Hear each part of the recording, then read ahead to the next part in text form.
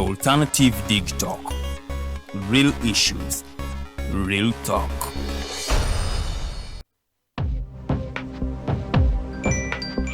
What at the church, though? Tawali man, what's up? Man, can you imagine people just dump everywhere? Someone drinks water and throws the bottle wherever. Come on, Rogers. What else do you expect people to do with an empty bottle? Simanya now, recorder. Do you know that plastics take at least 450 years to decompose? What? That's a long time. Exactly. Because plastics are made out of a lightweight and flexible material that doesn't decompose easily. And plastics everywhere in the environment cause plastic pollution. What is plastic pollution now? It is the accumulation of plastic waste in the environment, like bottles, polythene bags, straws. All of these contribute to plastic pollution. I have been using them without knowing their effect. Yeah, a lot of people have. Plastics are a danger to the ecosystem, both on land and in water. So how can we overcome this problem? Is there something we can do? Oh yes, we can reduce by minimizing the use of plastics, reuse by repurposing them, or recycle by collecting and processing them into new products. Everyone wants to change the world, but no one wants to change themselves for the world. How about we change our habits for the world? And it starts with me and you. This message is brought to you by Alternative Digitalk.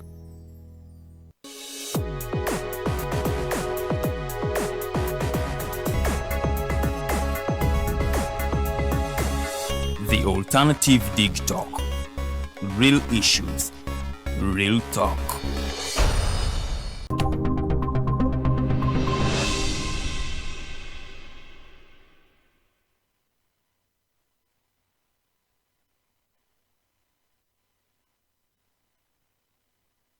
Very, very good evening, ladies and gentlemen. I welcome you to today's edition of the Hotline Show. My name is Roger Stoyawe, and with me are two senior citizens of this country who decided that every single Monday evening they are going to be here speaking to us about a number of issues that are happening around, giving us the advice, of course, from their expert opinions, of course, because they've been in public service for quite a while.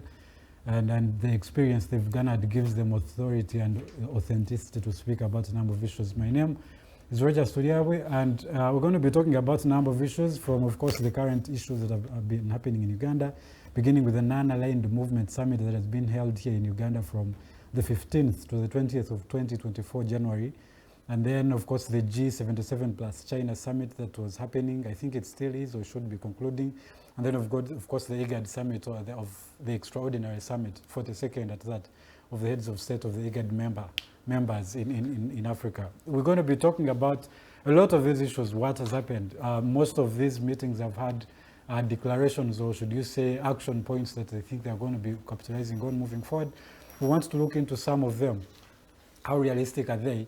Or some of them, of course, if they are achievable to begin with. Uganda's chairmanship, what is it that we need to look forward to? What should be the expectations? Uganda as a country, what is it likely to earn from it? But also, how is it going to benefit the whole of all of these movements, NAM, G77, all of those chairmanship. And of course, talking about, in this case of IGAD, we're going to look about the local communities and blocks, East African community, with issues that are happening in Sudan and Somalia and Ethiopia, the standoffs that are happening in those areas. And of course, a lot of things that have been happening in East Africa. We're going to be talking about a lot of that. But before I get that far, I am going to invite my guests for the day, just to say hello, but also to begin right away with the events. First of all, I also want to apologize. Last week we weren't able to have a conversation as always for some reasons we could not handle on our own, but today we are here and that is what matters. So we'll get right into it. Let me begin with Afandi. Welcome back from states and official duties. Yeah, thank you so much. I missed last Monday. I was in South Africa for yet a very important matter for the world, because we are for a meeting, for a continental meeting for solidarity for Cuba. As you may be aware, is that United States has put a blockade on Cuba for the last 60 years. It's the longest blockade ever, and on everything. And they have used it through the law, through their laws in their parliament, the Congress and all that, Senate, and it binds third party. So it is not enough that America does not want business with Cuba, but it even uses legislation to block third parties who want to do business with Cuba. So it's a very bad thing. So some of us feel it is wrong. And to that effect, not only do we feel, but the world feels it is wrong because there are 30, 1, 2, 10, 20, 30 UN General Assembly's resolutions urging America to abolish the blockade. 30. And in all the 30 resolutions, out of 193 countries in the world, every country vote except USA and Israel. It is only Israel. Israel. It is only USA and Israel. UK, France, Germany, everybody vote in support of please leave Cuba. So you can imagine 20, 30 resolutions, meaning therefore that is a consensus of the world. So we had gone to South Africa to mobilize revolutionary parties or parties that think alike to try to put a way of ensuring that the blockade is lifted. And I think we put practical measures in place. Let's wait and see, because it is a world consensus. So that's why I was away. But before that, again, let me comment that when I was in America, we lost a senior citizen, Honorable Cecilia Ogwal, whom all of us know. She has been in the party that we call opposition. In the last parliament, it was the main opposition to us, to NRM. But we still feel that, as we all know, opposition is a party in waiting, a government in waiting. Yes. And we are not enemies, we are opponents. In any case, they help us in check. Otherwise, we would be complacent and sleep. So we lost such a senior citizen. Yesterday, I was at the vigil at our home up to midnight. Tomorrow, we shall be having prayers. And I think all Ugandans are mourning and friends. And therefore, the burial is on Saturday. Okay. Welcome back, and thank you for representing the country in that important discussion. Mr. Ochieno, sir, first of all, I think condolences for Cecilia Ogwal now that she's from your side. That was such a great loss. They don't have a side. Our side is the Republic of Uganda. Those are the guys who have got sides. Political side. Political sides. They have sides and they're really partisan. But that said, though, they, according to him, it was political parties in South Africa not representing the position of Uganda. Is that the case? You say revolutionary parties of government? Yes. All political parties in Africa, Yeah. from Egypt to Cape Town, Yeah. from Ethiopia to Kinshasa, So political parties, all the 54 countries were there. So I am very disappointed that I was not able to be in South Africa because we are the earliest solidarity friends and relatives of the Communist Party of Cuba in this sense.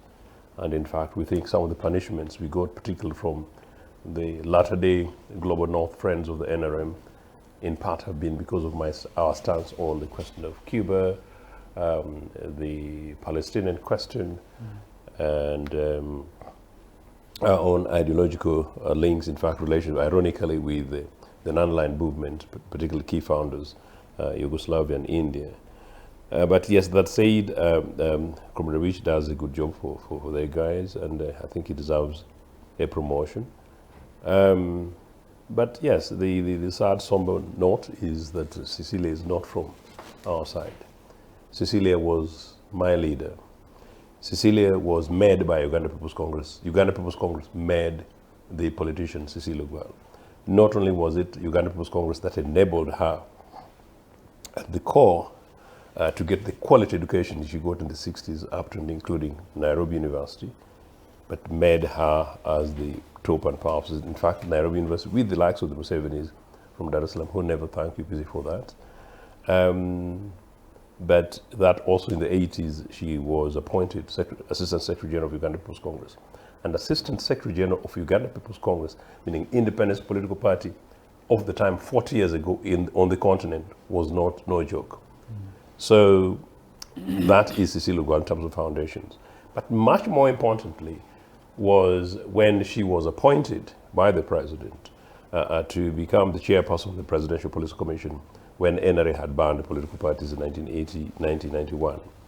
As chairperson, the Presidential Police Commission was, if you like, the internal cabinet and government of UPC. for which she was the chair and head, the effective head here in Uganda with Milton Obote in exile. I was privileged to be appointed to that body in the year 2000, the latter part of it, and by then she had left. But Cecile Ogwal, in effect, you would say, was the first female president of leader of an independent political party on this continent. Something that she did as a job exceedingly well, not surprisingly earning the name the Iron Lady. And she was the Iron Lady of this country, the Iron Lady of UPC. But you know, at the time, lest we forget, UPC was the only opposition in this country. You know, who were the ones opposing any dictatorship. So latter-day friends are welcome, but that needs to be put on record. So Cecilia, therefore, must be seen in that context. Granted, she had challenges in Uganda People's Congress. She found a new home in FDC, in which she's passed on. I had intended that in the likely event that I was formally declared president, one of the things I think, Comrade, which I've said in the forum in which you were, was that she's one of those people named as one of the people who would be going to, not only to ask her for the possibility of returning to Uganda People's Congress and having conversation over some of the issues, but that even if she did not, and even if she was not reaching there, I was recognizing her as an important leader in the opposition. But also, to be fair to her, in the latter years, she has spoken major languages of national reconciliation. Some tones I don't necessarily agree with, some contexts I don't necessarily agree with. There's so much to say, because I know so quite a lot about Cecilia Museveni and our politics in the last 40 years. Some of them are not necessarily for these programs for the moment. Many of them are for her memoirs. But I can tell you that as somebody, she called her son, she used to call me her son in the 90s when she was at Uganda House at the time. We used to speak every morning when I was in London. Whenever she traveled to UK, I was responsible for her itinerary. As Cecilia Ogwal also say, issued a mini statement in which very committed to her God. She made me know about an Elim church somewhere in South London, because you work through all her programs, and on Sunday, her focus about that Sunday church. And I must say that at the time, I don't think I would have been as focused about it, about including this church thing, as she was. So that's credit to her. Many politicians, both men and women, picked their inspirations from the power, oratory, and, if you like, the roaring of Cecilia Ogwal in the 90s. She mobilized many, many students from high institutions of learning across the gender. But also you must say that many young women joined active politics, in part because of Cecilia Ogwal. So in that, we've lost a great leader. But granted, maybe it's a wake-up call for us that there's a bit of passing the torch, meaning that it's a passing of a generation, that Comrade Awich and I have got responsibility to wake up and begin to review our own actions and how we deal and how we engage, and to make sure that nobody holds this country hostage, so that whatever it is that the Cecilia Ogwals leave behind, we're able to make sure that we embellish it, so that we're able to hand them over to you guys in safe and secure. Thank you so much, and sincere condolences, really. I think as a country, even if a lot of people may not have agreed with her, I think she was a resource that our country did need. I saw one of the clips which was telling President Museveni, she was calling it a free advice, apparently, because other people... And it was a free advice. We don't normally give them free advice. Other people would not tell him because they're protecting their job. So it made a lot of sense. I think she was that outspoken. And it's really a major loss. Anyways, moving on from that, we're going to be talking about a number of issues. And before we go to the NAM, which I think might be a bit prolonged, I thought we'd begin with the IGAD summit that did happen here in Kampala on the 18th of January, which was on Thursday, this previous week, where the IGAD was convened to talk about two questions, one of Somalia and Ethiopia, that tension that is about Somaliland and the MOU that was made between Somaliland and Ethiopia, allowing them to operate a naval base, but also give them 20 kilometers on this access to the sea of it's the Red Sea, that one. So Somalia feels like its sovereignty was tampered with, like Ethiopia is overstepping into the affairs of Somalia, seeing as it has not allowed the independence of Somaliland, even if it has not been leading it for the last almost 30 years, because they, I think, broke off in 1994. So we want to look, those were the issues that were discussed. And of course, Sudan, the issues that are happening in Sudan. First of all, I wanted to begin on the note that do you think IGAD, as it is, has the power to address any of these issues, even when it convened and made resolutions and even a communique, and even put deadlines to it? Because some of the things they said, the resolutions, if I may read, said recalled the commitment of the parties to the conflict for a face-to-face meeting within 14 days from Thursday. Instructive, yes. And called upon the parties to meet within 2 weeks. I think that is the period. So within those 2 periods, apparently those Sudanese warring generals have to meet and find a solution for the problem that is happening. Meanwhile, around the same time, the government, the military leader in the government right now, cancelled their membership of the IGAD. So I do not know how that works. What do you think about IGAD and solving all of these issues? That's actually very interesting. But I would also like to know from Comrade Awich, what's the position of the state of Uganda in as far as Somaliland as sovereign or not state, as it were?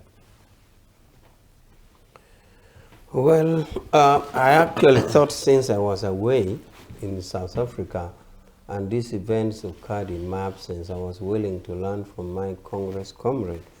I can, but that's a background question. But carry on, please. I think, to be specific to your answer, Uganda recognizes the Somali that you know of. Now, the internal matters of Somali, seems Uganda takes the Somali that is known in UN. The other Somali is not yet a member state of United Nations, or even African Union for that case. It's taken like still a body trying to secede, which they have not managed yet. So I think Uganda now takes the Somali, which is a member state of UN, a member state of African Union, and I think the member state of East African Community now. Yes. So that is Uganda's position, unless I need to check more facts. Yeah, I mean, as it were. And therefore it means, maybe, I thought I would say it later. Why don't you just continue? Yeah. Because it therefore means that the Somali that we know, that is a member state to United Nations, a member state of East African Community and an African Union, is now saying, in effect, that the Ethiopian government is signing a contract with a rebel, not with the government of Somalia. So I don't know why Ethiopia thinks the other one is a sovereign government with a capability of signing bilateral agreements as a sovereign state. For 50 years, meanwhile, because that time we for 50 years. For 50 years? Yes. Yeah. So even if it was for a week, does it have the mandate to do so? So I don't know. That's why I'm saying, since I was not aware, I didn't really draw my attention to that. But according to I think the understanding of the Somali government, they think that Ethiopian government has signed an illegality because it has signed a contract with a government that is not a government.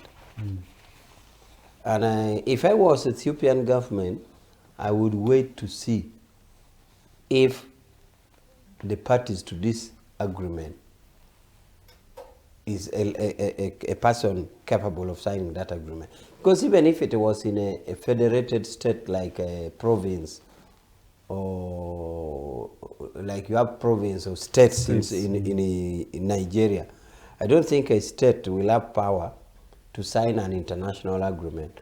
An international agreement is only appendage signature by central government.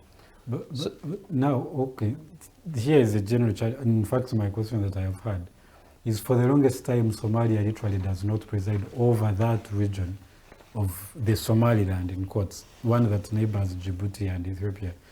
So I do not know where does also Somalia begin to think that they cannot be in position to sign MOUs when they've not been presiding over it for the last 30 years? No, presiding over it is different from the sovereignty. For example, you could have, it is fortunate for Uganda that we have not been in that situation. For example, if we had a situation where the entire Chole is controlled by Kony, that would not mean that Kony would have capacity to sign an agreement with Sudan or with any other government. Or we take an example of the Eastern DRC. Even if there was rebellion in the Eastern DRC, M23 for example, and for some reason the government troops or police or the courts or to the local council in DRC cannot happen, it wouldn't mean therefore that M23 can sign agreement with Uganda or Rwanda. That will still be a violation on the DRC. So in other words, inability by central government to police an area is not a leverage for the rebel group, for what is called the non-state actor, to sign an agreement. But for a breakaway that has been there for that long, that has even its own currency, by the way. Except for the fact it has not been recognized by most of the international bodies. It's literally on its own as a country. So Ethiopia, and it seems to be more of a viable state than the one where we send NRA. In essence, it actually is, except more viable, more stable. Better than actually. You see, we have to take it from the recognizing capacity. Like, for example, legitimate governments. We all know Kelsen theory of constitutional law, which says that once you establish the state structure, you take full control of the state. Say you take over, you throw a coup and you're so on, then it becomes a government. But it must be a government as recognized. So in a similar way, by Kelsen theory of the establishment of a state or a government, a recognized, legally recognized government, is the same way in international law. So you are not going to say, unless Ethiopia is saying they are the first to recognize, or you are the only one to recognize. I think that's also a direct source. If they are saying they recognize it, then it does not amount to its being effective. It doesn't amount, you can recognize, anybody can recognize any rebel. For example, Bashir recognized Kony. Okay? If Bashir recognized Kony, and if Kony was controlling Acholi, would that mean, therefore, Bashir would go ahead to sign an agreement? I think the litmus test, or the test for acceptability as a sovereign state, is generally agreed that when some states may hope not to join UN, but that's very unlikely. All states want to be members of UN. All states want to be members of regional groupings, like East African Community, or at the very least the continental body, like African Union.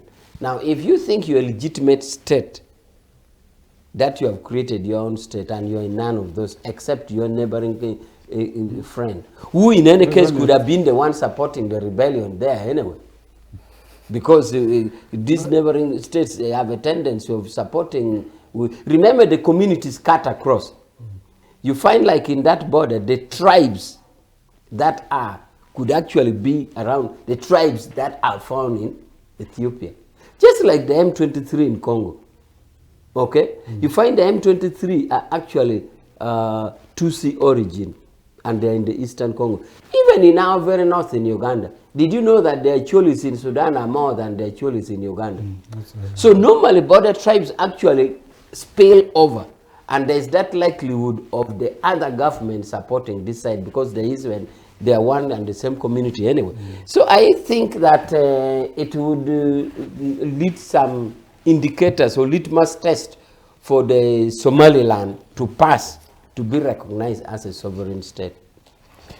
No, as a matter of interest, you raise a very important point about the sovereignty question for the Somaliland and the test for it. But my good brother here is the lawyer, and he continues to do diplomatic work for NRA abroad.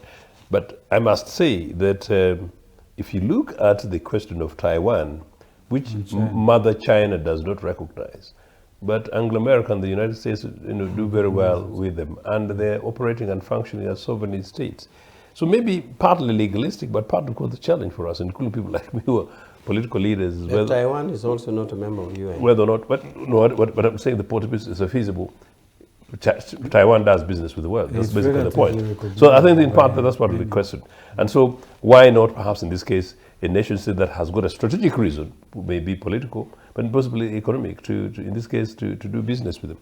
But as it happens, actually, it's much more recognized by many more countries than actually thought.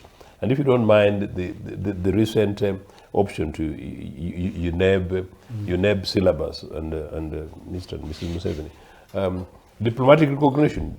During its existence, Somaliland has received international recognition from 35 countries that include China, Egypt, Ethiopia, interestingly, France, Ghana, Israel, Libya, and the Soviet Union.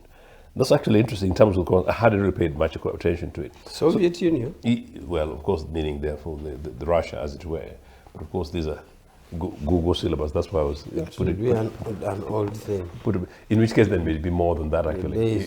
Yeah. Or they have reduced. But it may be, whatever the case. But the point is, a number of countries recognize it, including Egypt, and so that throws this open to us. But I'm not quite sure whether then, at the moment, then that is the argument for our legalese brethren only. The point is what benefit Ethiopia has. I think Ethiopia has, by implication, quite clearly snubbed Somalia. All is telling us that, well, between Ethiopia and Somalia, the Republic of Mogadishu, there's no diplomatic relationship. So strategically, that this may apply. Because, as I said, your important question, the fact that Somaliland controls all the territorial element of Somaliland anyway. It's almost like these gold looters, either they're coming from Uganda, from Rwanda, they're looting from Congo anyway. Kinshasa has got nothing to do. So some aircraft can land in Entebbe, others can land down there directly, and this will go ahead and do the business with these guys. But I think the broader question is what the implications are for IGAD. It's telling you that these are bodies that are basically wastes of our public resources, you know, when we're living in a pothole city, the pothole capital of the Republic of Africa, that some of these organizations neither here nor there. If you look at the resolutions, it's basically the usual talk, you know, underscore, we re-emphasize, we recommit ourselves. And most of it is basically talk. I think one of the most ineffective organizations has been IGAD, as it were. Because in any case, if you see the language, they refer to Sudan, the reference to Somalia. These guys meet and assemble, and as you're able to say, these ultimatum for 14 days. I'm not quite sure what's going to do. Comrade Awich, this is my position, my position. The original East African community needed to have a clear convergence criteria. Perhaps the three founding members needed to come together first. I'm not taking you back by just discussing these regional things. Recommit themselves, look back, and maybe get guidance from some of us. I know they don't like putting our names on those things. We would give them very, very competitive rates for consultancy in terms of what the traditional founding values of the East African community was, the founding achievements of the East African communities, where East African community was at its initial collapse of the 70s, and where we've started, because now it's too late to go and say where we start. Where, from between the time the new organization will start until today, where have we fought and what is it? Regroup and rebuild and re-strengthen these. And to re-strengthen it, including its secretariat, but also its tone, language, and teeth. Meaning, therefore, that by the time nation states like Somalia, and I'm talking about East African Community, same with organizations like IGAD. We just don't found organizations and make many of these guys ride our presidential jets as if they're riding bicycles in the Suez Canal, because it's a hugely expensive job. This guy is going to sit down there and you see no returns out of that. I think that what you're seeing there is that heads of state are sitting, they make declarations, and usually civil servants, you know, in the background, like which is the guy ahead and do everything else, maybe present them with these documentations, and nothing comes out of it. To the extent that Ethiopia, a member state of IGAD, you know, could go and do exactly what we talked about. And for us here now, we are mini commentators, in any case, without actually perhaps a clue about the strategic grounding and position for Ethiopia, let alone the political reasons for Ethiopia. We know very clearly that then these bodies, in my opinion, need to be reviewed, because it's more of a money wasting thing for nation states. In any case, the fact that we see the same thing happening in East Africa, I think I'm going to be East Africa, where member states fight, member states close borders, and you do not hear any message from neighbors, colleague states, or the leadership.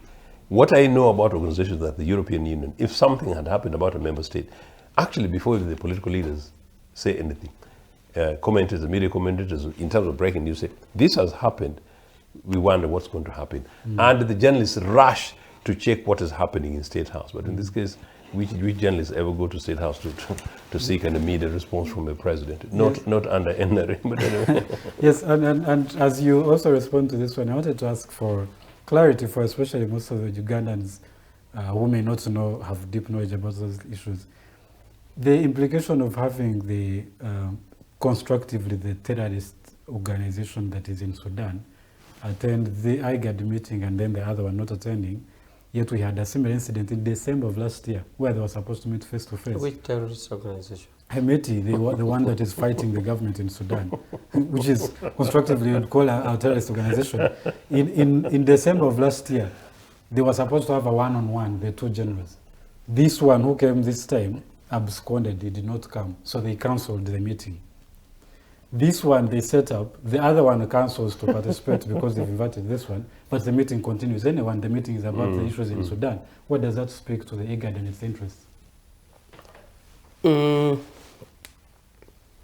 Well, I forgot to say, Comrade Ochieno had thank me for doing a good job for the movement. Well done, my brother, once again. He wished me a promotion. But just I wanted to say that in Mukono, a day before yesterday, the Cuban government gave me an award. And I think, I saw yeah, and that is more interesting than money. I'm not so pecuniary in that I'm not really interested in money.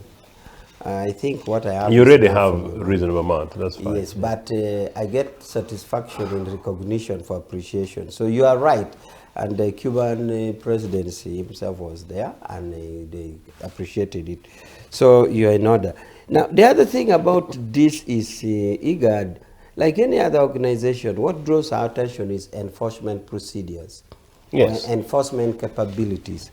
If you see the resolutions, what is saying it does this, it uses verbs.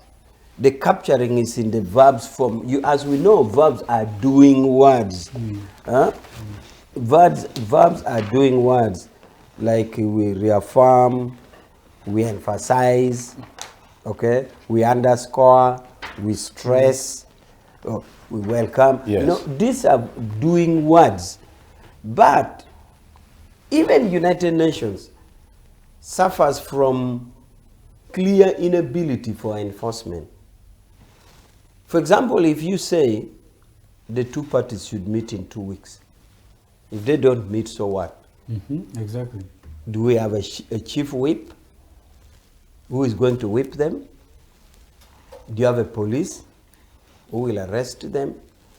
So this is the challenge which the world continues to face, even in United Nations. United Nations tries to use Security Council to assemble peacekeeping. Peacekeeping, not even peace enforcement, peacekeeping. And it has bogged down the world for a long, long time. So similarly in IGAD, the enforcement procedures is difficult, the enforcement capability is difficult. So even when you make resolutions, I think mankind will have to come with some police somehow, either police of the world or something, but it has evaded everywhere. Comrade Rich, if you don't mind, and I hope I don't lose it off. No, that's actually a very important point that I was referring to.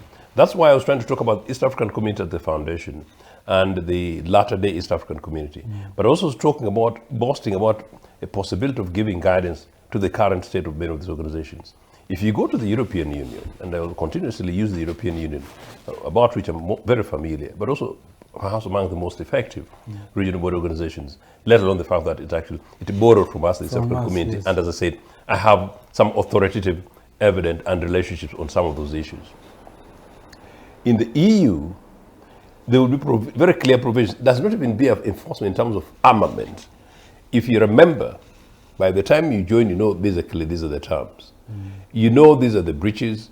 You know these are the penalties for breaches. So the penalties don't necessarily, in many cases, have to be, a resort to war. In the event that actually you breach, elements of the protocol, what are what were the repercussions? How about the if you breach the 2 weeks meeting ultimatum? No, but that could be that. It could be determined. And I can tell you generally, Comrade, which those of us who said moving beyond the Museveni, because Museveni is really retiring, whether they like it or not, you know, if we're able to build and embed many of these things, as Africans, by them begging as Africans, you realize I'm emphasizing the broader thing, you know, there is no reason why we can't begin to say that, look, you know, you breach, these are the penalties. When leaders know that these are implications, when member states know these are the implications, civil servants will inform their leaders and tell them that, well, if these breaches happen, you know, these are the penalties, these are the likely consequences. And the Secretariat ensures that happens. And you guys in the media ensure you talk about it. You know what? Political leaders will begin to look back and say, is it me taking my country to ABCD? Particularly when the citizens, like UPC members, we will be very happy to remind you and to inform you and to expose you. It will not happen. You know, I'm just thinking as a by the by, that maybe that would be, you know, if you like, a softer element of approach than necessarily thank you. That was a long intervention, though. But good. It's fine. So I was talking of enforcement procedures or enforcement capabilities, which has dodged the entire world, including UN. UN doesn't have its police, doesn't have its army, and that puts it at a very weak position for enforcement of procedures. And that is why, for example, I have already cited a provision of out of 193 countries, 191 vote for lifting embargo from America to Cuba, against Cuba. And so what? 191 countries are saying lift the blockade. And America and Israel, only 2 countries out of the 193 vote against. But you can't enforce. So these enforcement procedures keep dodging the world and organizations. So now to the issue of the 2 parties attending and not attending, or cancellation vis-a-vis continuing with the meeting. I think also that one we need more facts about it, especially how the first one was cancelled and the second one was not. But still tied to that, even without me getting better particulars and better facts, is that it still goes down to the enforcement. Because, for example, now, they said they are pulled out of IGAD. Yes. What penalty do you give? Do you have a chief whip? Do you have a police who will say no? If, for example, you pull out of IGAD, what are the penalties? What do you lose? Maybe in the European Union case, there are things that are shared in the European Union in terms of even resources. They have worked out a detailed system. Yeah. Remember, they have a European money, Euro. They have Euro. They even have a bank. They have a European Union bank. So they have worked out their details such that when you leave, for example, if you break away like, what do they say, the Brexit. Now, if you pull out like the Brexit did, although they also did it, but you do it out at a cost. And it also done in a procedural matter. You don't just walk away. But even walking away like Britain did, you have a huge cost to it. So the question of enforceability still dodges us and dodges humanity, if I may say, because I already cited the example of Cuba, where the world has passed 30 resolutions, 30, 20, 30, and all countries vote except USA and Israel. And that's why some of us were saying we are free to talk about Cuba blockade because that is the position of the world anyway. I'm not shy about it. It's the position of the entire world. So I'm not shy about telling Americans that please lift the blockade, because 1, 2, 3, 4, 20, 30 resolutions are a basis for my explanation. So I don't even need to. You also, now that you talk about that, the Western world has the language of sanctions and what's not. Why is it that most of these don't have like sanctions, especially like against the US? We understand it's a superpower, but could that be something organized against it? Because even now, the issues between the Israel and Palestine, the US has broken a lot of the UN Security Council resolutions about that whole engagement, and the US still continues scot-free. What do you think is going to be done in this case? You know, sanctions means you have. Sanctions is always done in some instances in a retaliatory business. one party throws it at you and you throw back. Yes. You can also initiate, like the America like to initiate it. But in most cases, states do it in retaliation. So you're saying, why have European Union countries not, maybe they have not found it, but they have put position clear which differs from America. For example, recently the Golan Heights, which was understood by European Union not to belong to Israel, but America supported that new position. Yes. The European Union members of Security Council, including permanent members of Security Council, they went and addressed a press conference and said, no, we are not with you, America, on this. That means you have Britain, you have France, who are permanent members. Then you have, there were three other countries who are ordinary members of Security Council. Yes. They said, no, we are not. So as far as sanctions is concerned, first it needs you to be offended. Maybe European Union have not found reasons to be offended. And if they're offended, it is a retaliatory procedures. But also, it depends on how much you have to offer. Because you are or the opponent must stand to lose. Must stand to lose. So for something they need. Yeah. For some reason, European Union have not found it, they have not come to a great disagreement. But Russia did it. Russia did a sanction on America. And according to recent research, China has come out now the 5th largest economy. They have overtaken Germany. Yeah. They have the strongest economy now. They have overtaken Germany. amid sanctions because they have retaliatory capacity. Remember, they were supplying oil in Europe, oil and gas in Europe, and they also had trading partners like China and India and others. So they feel they are strong enough to do it. So China did it. I mean, Russia did it. America cut off the SWIFT. SWIFT, that is that code which makes international transfer. But China also said we don't need the, I mean, Russia said we don't need the dollars anyway. So in a nutshell, therefore, a sanction or which can be done by a party, and you ask why European Union, one, they have not found a reason to, two, they maybe do not feel the retaliatory capacity, and so it has been like that. We wait to see. We hope that the northern world continue to be one. That is Europe with America. Because if they have a split, then they will have reason to, but not yet. But some countries have done it. In fact, it has been on isolated subjects, I mean, items, even China and America. China has done it also. And I think in some cases, America pulled out because the impact was more felt in America than the China. So it depends on the capacity for you to enter in such a relationship. Could that be some sort of arrangement, blocks like East African Community or IGAD or in the African Union can be tried? For example, I'll give you a case in point. The time when we were talking about AGOA here some time back, and this whole thing, I think we have been officially kicked out of AGOA now as a country. And one of the arguments were that the position of East African Community that they don't import, I think, second-hand clothes, or they, I think, imposed a lot of tax that it literally did not make any business sense. And then when the US spoke and said that we're going to throw each one of you out of AGOA, the Kenya went back and turned against the position of East African Community and decided, you know what, I am going to go with this.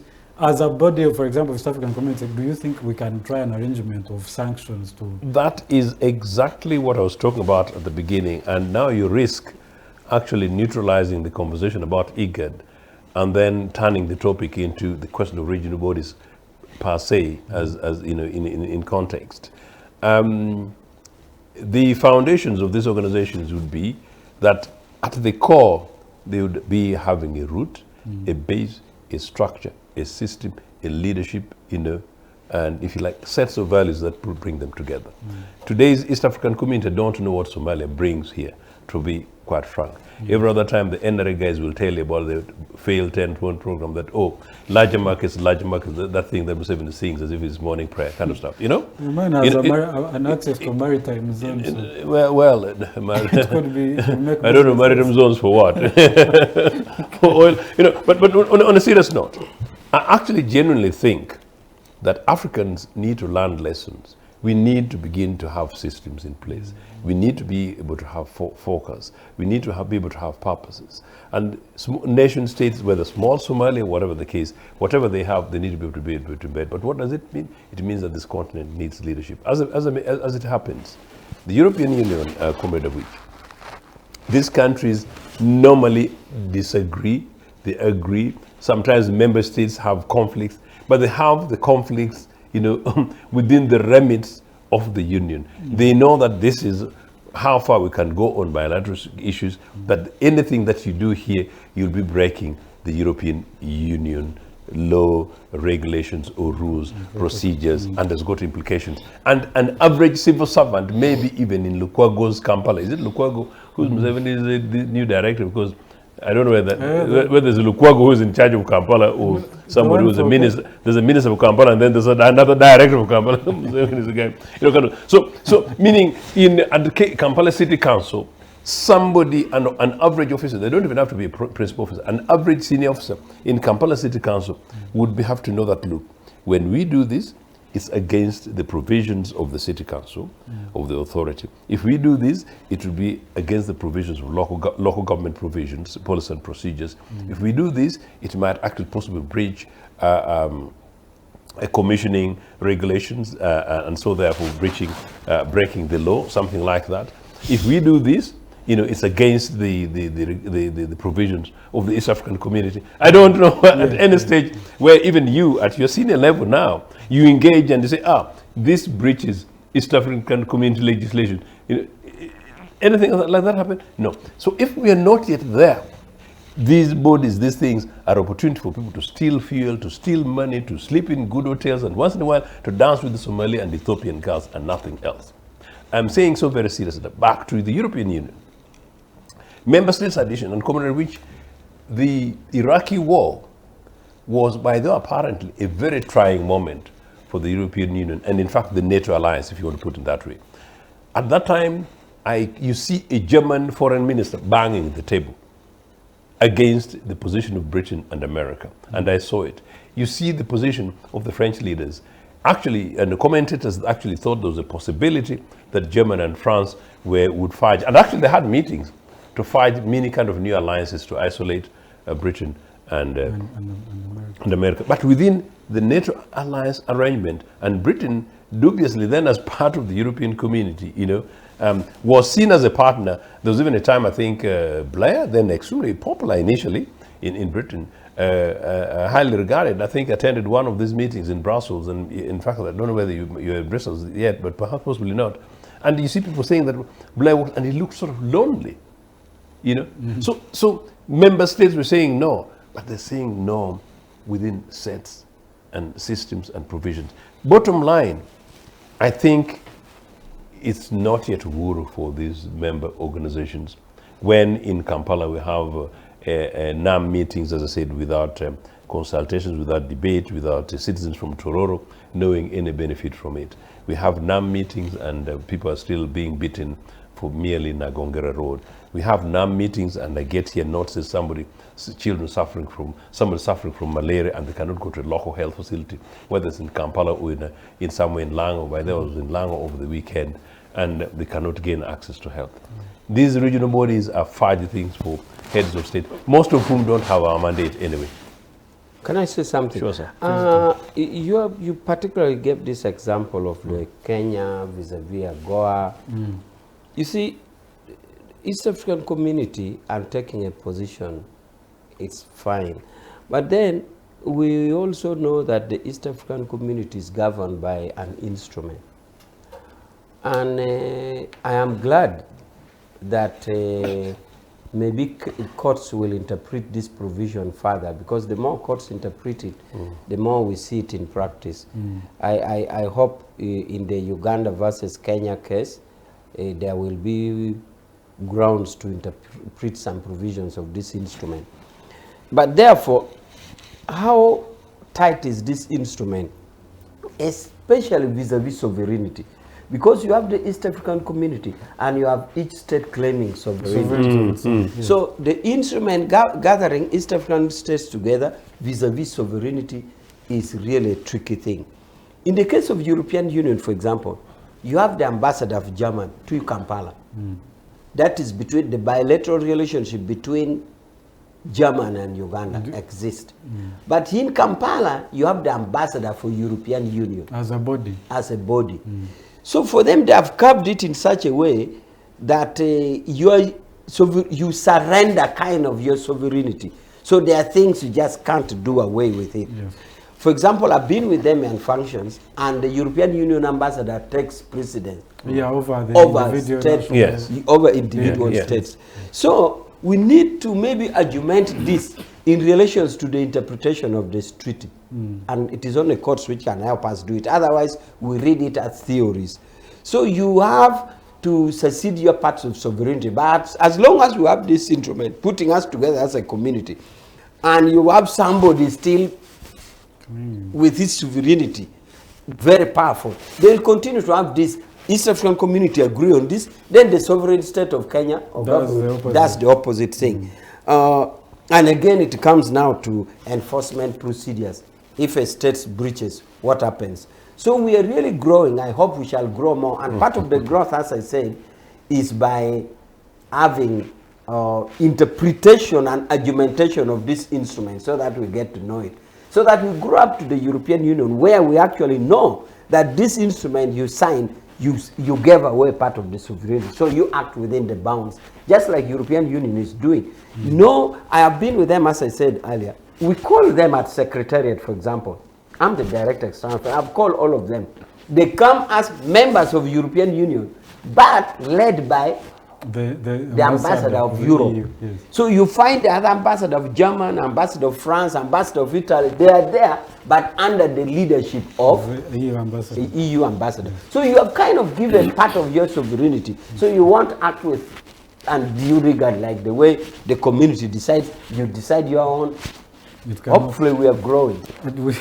So we are growing backwards, and of course that confirms in many other ways that yes, we are going round and round and round in circles. No, and we are need going to forward. I hope we do. Ladies and gentlemen, thank you so much for being a part of the conversation. We're going to go into a very short commercial break. When we come back, we're still going to be talking about the issues of NAM. If time allows, I want us to talk about the new electoral commission body that was elected, as were chosen by elected. by the president, because he's the one who chose the Appointed. appointed. Yes, that is better. Thank you. Was appointed by the president. Of course, I think it's still pending the. They were not approved. Was I think they were. by I parliament? was out of I it. think they thought were. I'm not sure. I'm not alive to that. Have they?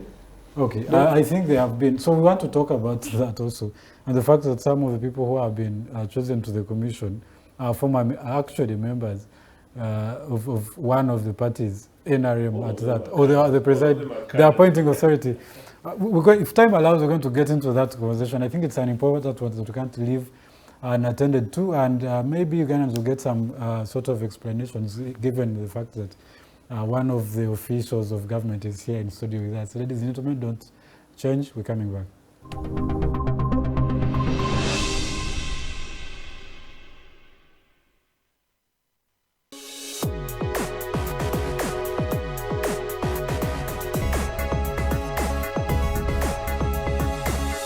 The Alternative Dig Talk.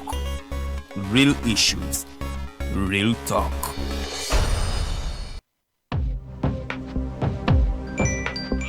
Go to the church, though. Tawali man, what's up? Man, can you imagine people just dump everywhere? Someone drinks water and throws the bottle wherever. Come on, Rogers. What else do you expect people to do with an empty bottle? Simanya now, recorder. Did you know that plastics take at least 450 years to decompose?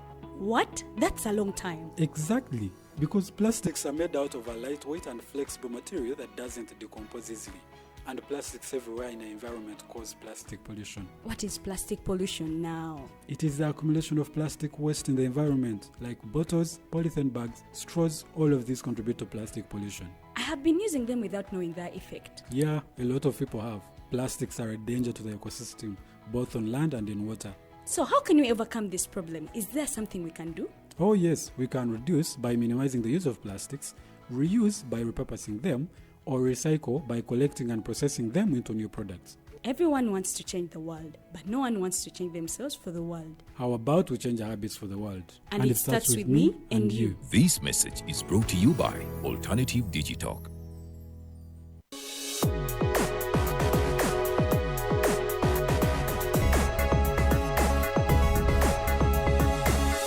The Alternative Dig Talk. Real issues, real talk.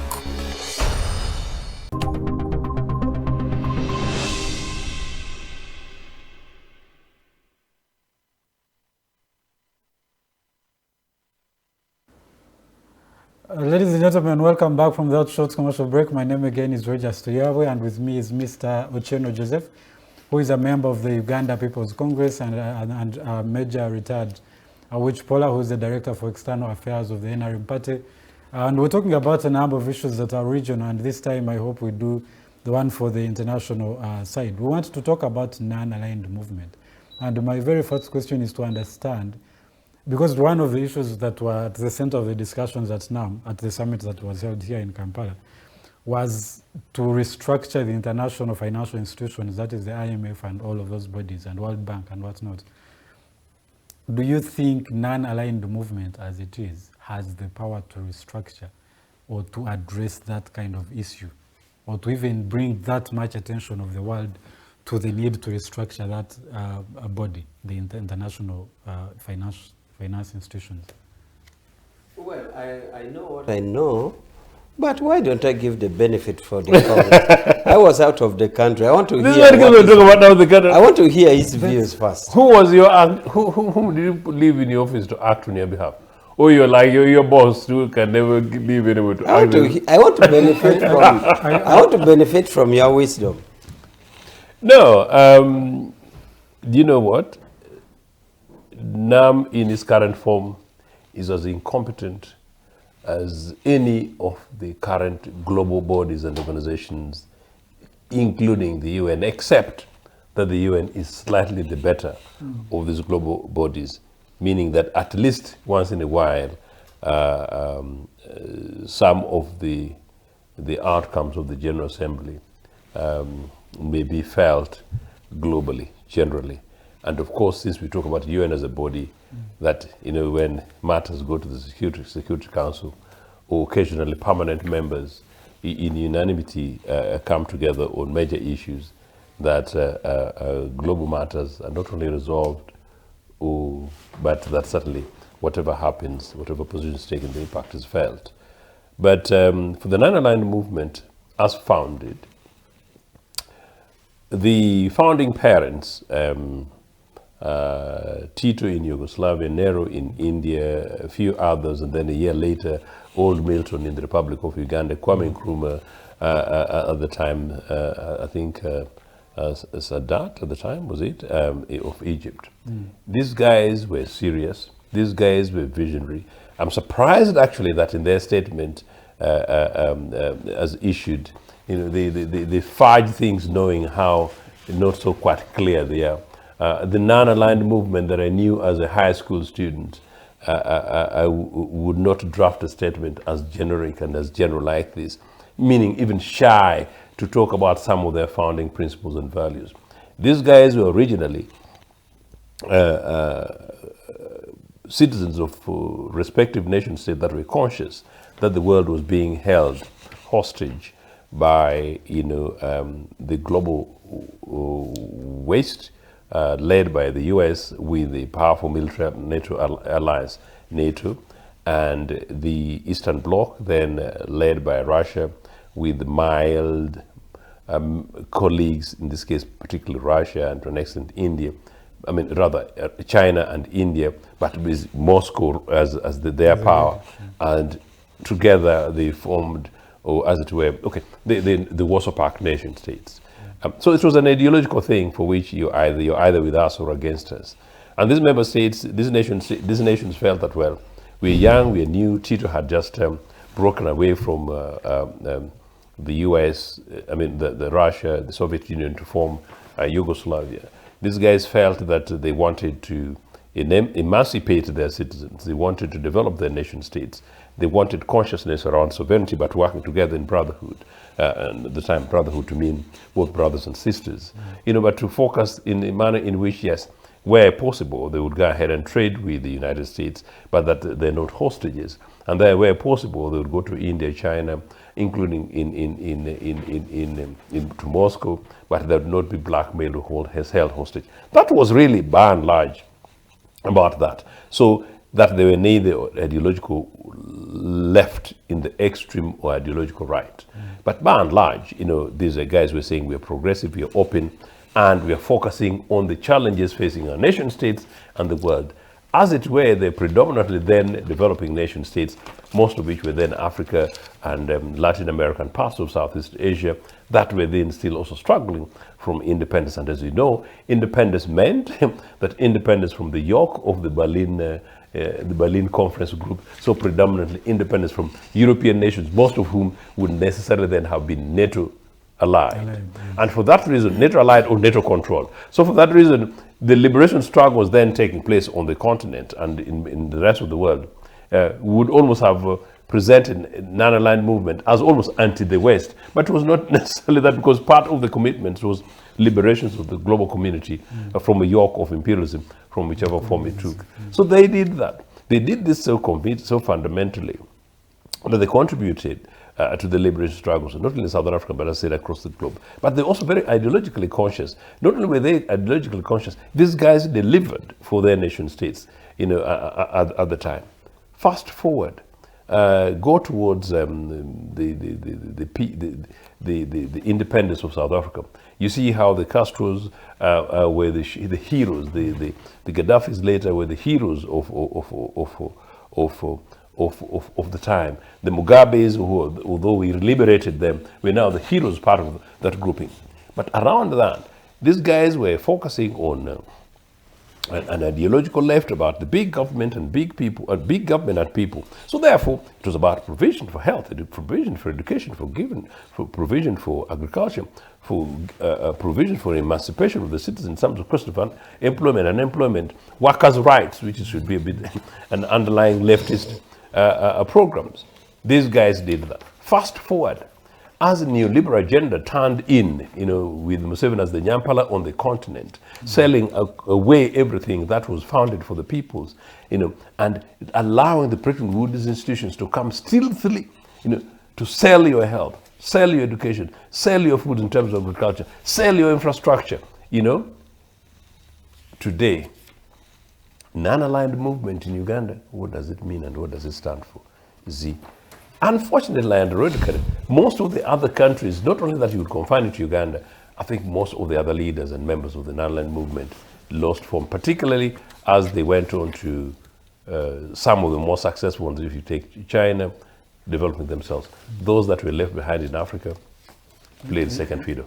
Yes, I also like to answer your question. Your question is that the discussion in Kampala, among other things, insisted that NAM should change some position or cause a revolution in IMF World Bank. To restructure the restructure the way they stand. And your question was whether or not NAM has that capacity. Now, and G77, I think it has been a common thing. Yeah.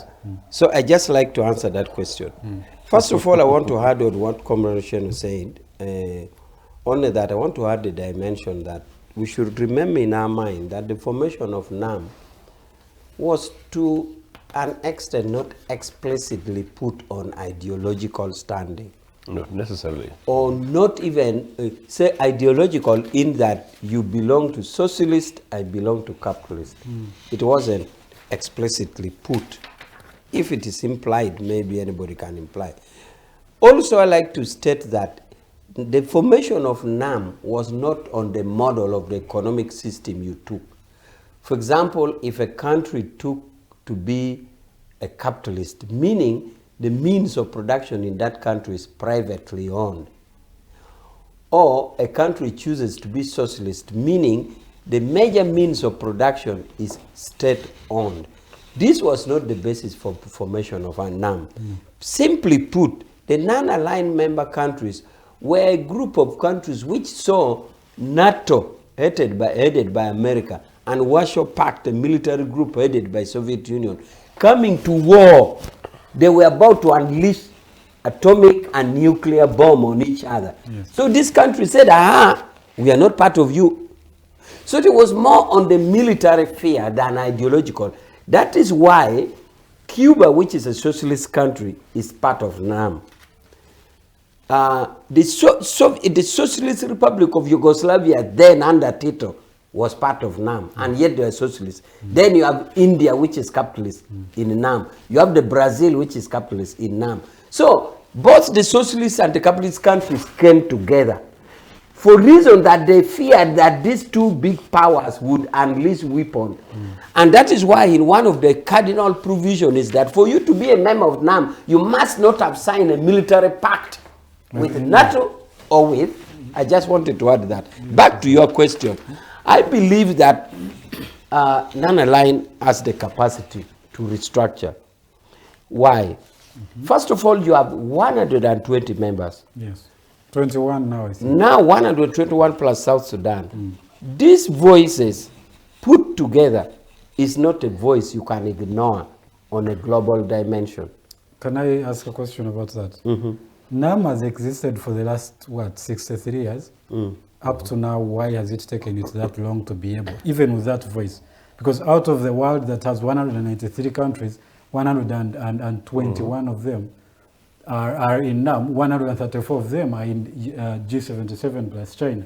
Why is it taking them that long to be able to influence the restructuring of the international financial order? Oh, you could even put the question, why at this time have they failed? It's because they had thought that the provisions and the spirit under which it was designed to work would work. Even in national legislation, when you pass a law, you'd think that the law will work until time will come when you see cracks in the legislation. That is why you amend. In other words, there's no hard and frozen situation. We live in a continuous situation of change. Therefore, an institution put some time back would have been put in good faith, but along the road, you see cracks, and therefore you need an amendment. Even in domestic law, even in laws at home. So that is why it is coming now. So, but even then, you could put the question the other way around, and he has tried to answer ably. Has NAM not succeeded? NAM has liberated South Africa. NAM liberated Angola. It brought independence. Remember in 1960, none of these countries were independent. Uganda got independence in 1962. To a big extent, the agenda of self-governance and self-determination. Self-determination. The resolutions of self-determination that was propelled again and again in New York was by NAM. 1962, you didn't have this. So you cannot say that NAM has not succeeded. It has succeeded in liberating. Therefore, if it identifies a task now, it can also take on that task. It took on a task at a time, it can take on a task now. My question then, so yes, it has done the self-determination, has influenced to a good extent and led most of these countries into independence. Why then are they, almost all of them, or at least majority of them, still in the shackles of the international financial system that even the West, they were trying to get I have answered that question. I don't know why you didn't hear my question. They are not independent my in the financial system. My answer is, this body, the Bretton Woods institution, the way he put it. Yes. Bretton Woods, by the way, is a city in America where the meeting to form IMF and World Bank took place. Yes. Now, that is why it has been referred to the Bretton Woods institutions. If, for example, the meeting took place in Umbara, they would be saying the Umbara institution. Yes. So this Bretton Woods, the way it was put, was thought to work. As I said, the economic dynamics have changed, and therefore it warrants restructuring. It warrants restructuring. And that is why you're saying some of them were still under there, because it did not see. But now I'm saying 120 members have a say. United, they have a voice. Two, it's not a mere passing of a resolution. Inside NAM, there are deliberate bodies or committees or subgroups which are designed to work on this. It will not simply be a declaration in Munyonyo. It will be worked for. The other reason is, these 120 are members of this institution. Remember, World Bank and IMF, we each have membership there. And we have our money.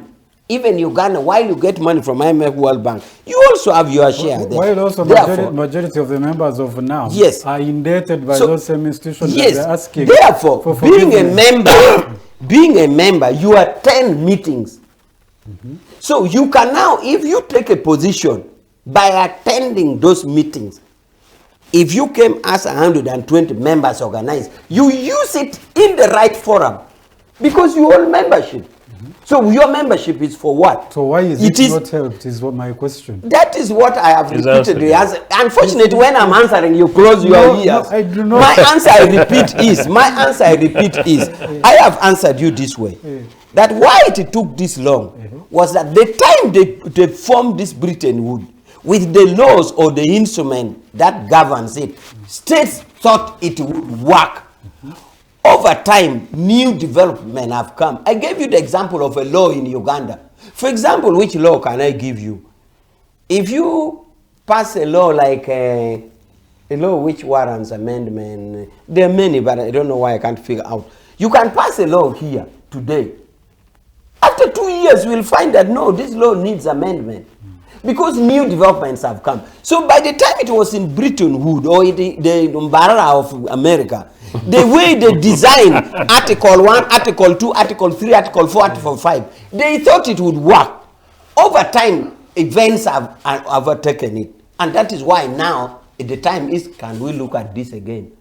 Gentlemen and ladies, it seems when we were in Bretton Woods City, we thought this article would work, this article would work, but now we don't. So it comes at a particular time. So that is why they are still there. And that is my answer. You have still chosen to ignore it. No, I'm not ignoring. I think we have it in a different way. This is what I mean. The people who actually made the Bretton Woods institutions, they still benefit them. That is why they hold the economic hegemony over the global south. Yes. The position of NAM and this G77 plus China is that they need to influence for that to change, but it's still benefiting the other side is what I mean. Yes. So for this long, my question has been, and it still stands, NAM having all of that membership, even, in fact, a second case, if I should add, is wanting from the, is it a Zulwini consensus of 2005 that was asking the UN to give 2 veto powers positions on the Security Council of the UN for African countries that has failed since. But the NAM that is supporting that has membership of those many countries that are members in the UN. I think more than half of the number.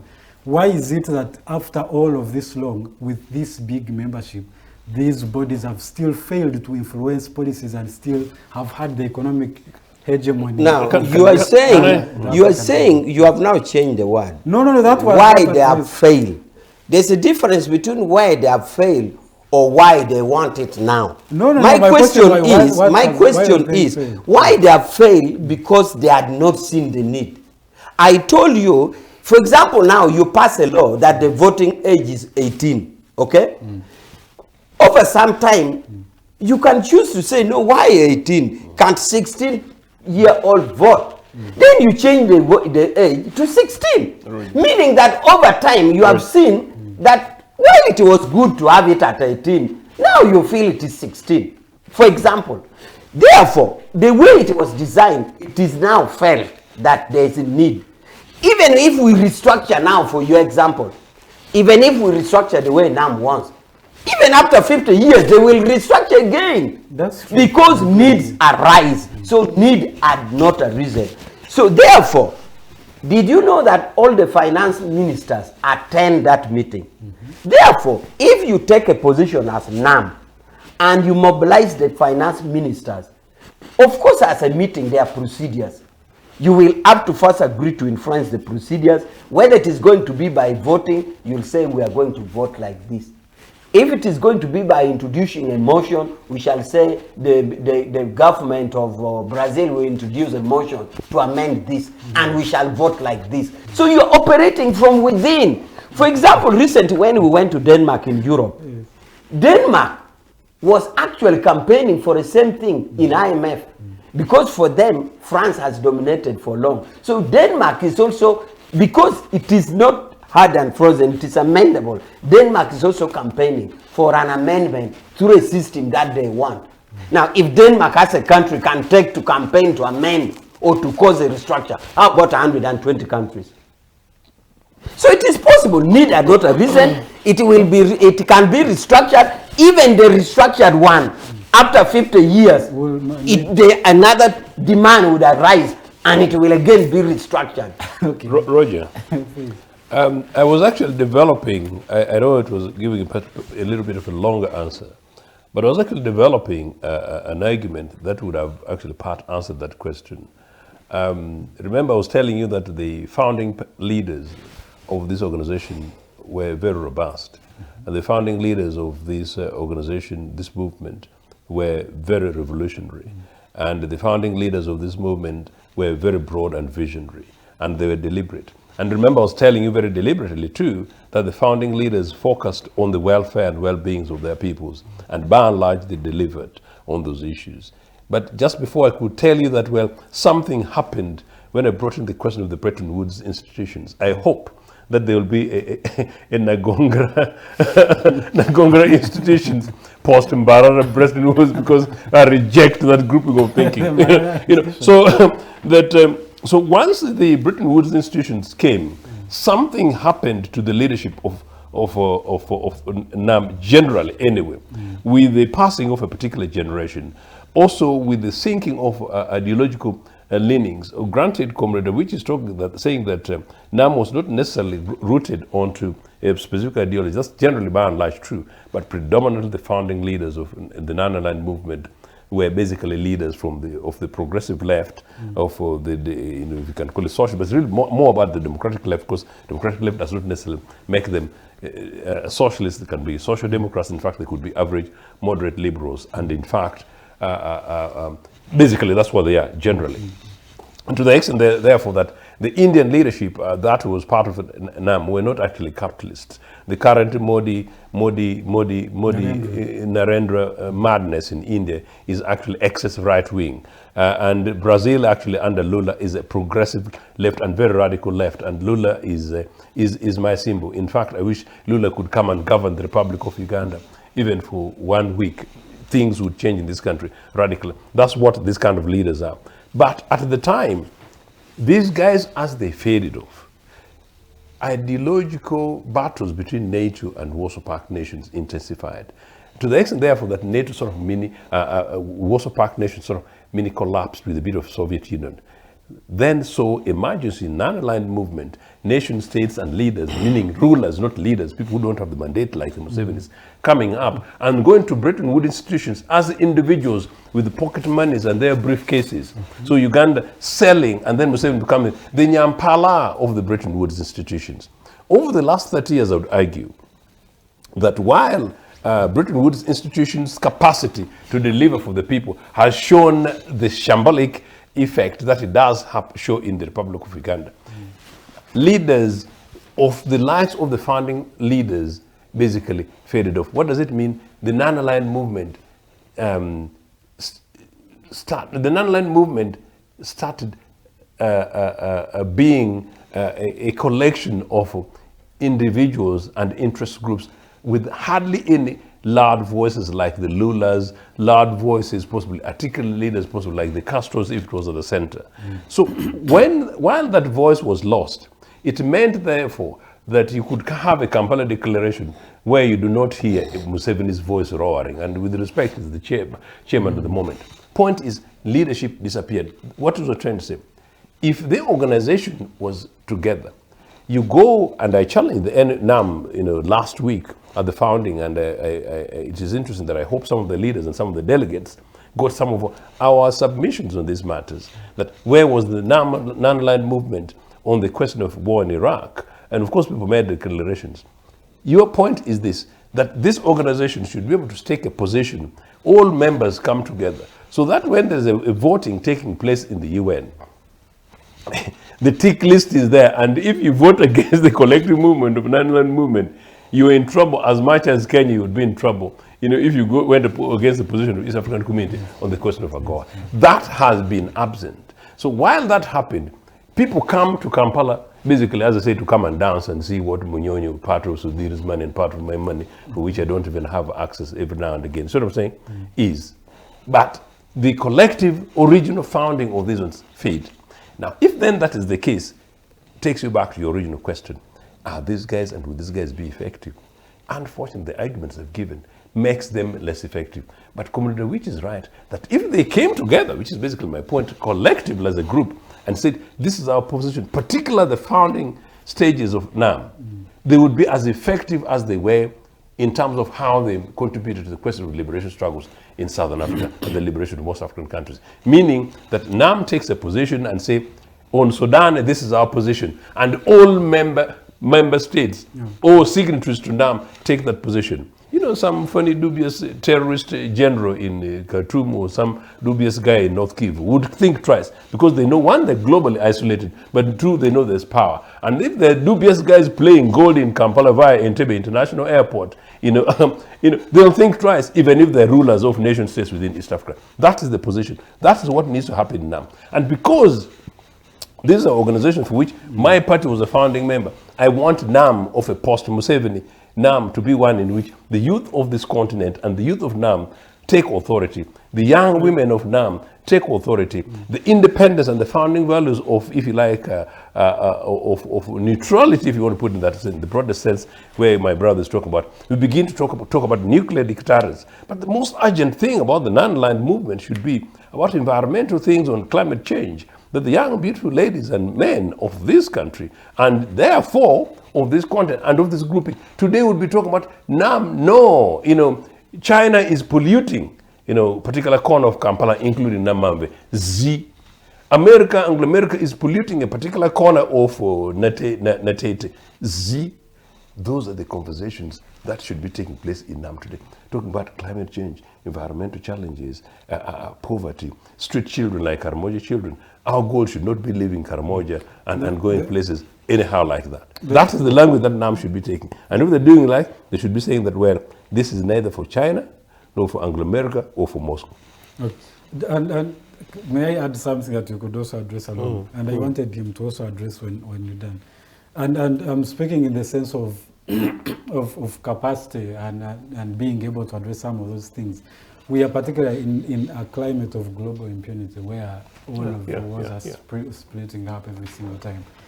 Do you think NAM, and now specifically because of the chairmanship of President Museveni and Uganda in general, will be able to move a foot in that direction from the position of NAM now with membership of 120 countries to address some of those issues? The issues of war? Yes, of those whole issues. E.g. The Israel-Palestine. Palestine is a member of NAM and all of these things. You have Sudan, fine. You have all of these things. Yes.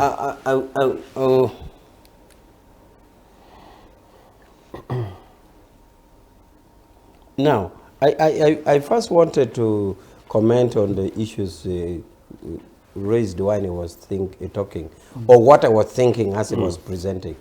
One, he made a comment that he rubbed slightly. Maybe he thought he was not correct and he abandoned the point. He slightly rubbed that Museveni lacks mandate. Museveni lacks mandate, my brother.